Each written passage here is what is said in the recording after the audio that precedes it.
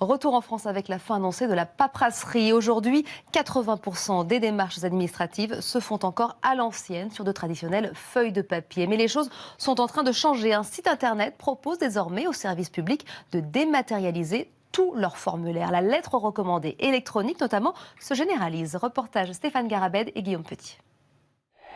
Dans le quotidien de François, il y a eu un avant et un après. Avant, c'est quand il devait envoyer chaque année des dizaines de milliers de pages en courrier recommandé. Maintenant... Eh ben voilà, ça c'est l'équivalent de 256 mégaoctets.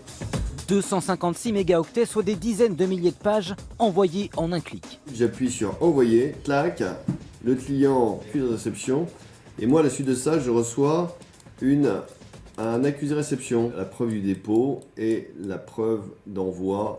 Un cachet électronique qui fait autant fois que le cachet classique et une sacrée économie pour ce notaire. 2,49 € le courrier électronique contre 4 € minimum pour un classique. Derrière ce marché, plusieurs sociétés dont la Poste, elles visent surtout les entreprises, mais à terme tous les particuliers.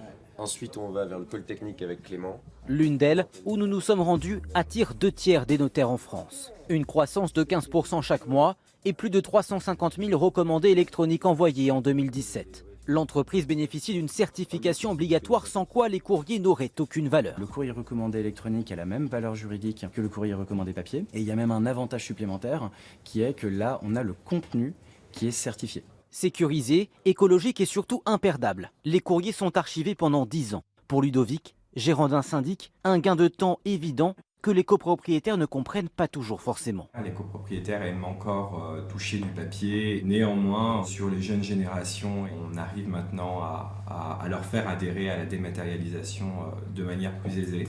240 millions de courriers recommandés envoyés chaque année, le marché est alléchant. Mais la bataille sera dure pour convaincre les plus réticents, surtout quand la Poste s'arroge la totalité du chiffre d'affaires, quasi intégralement.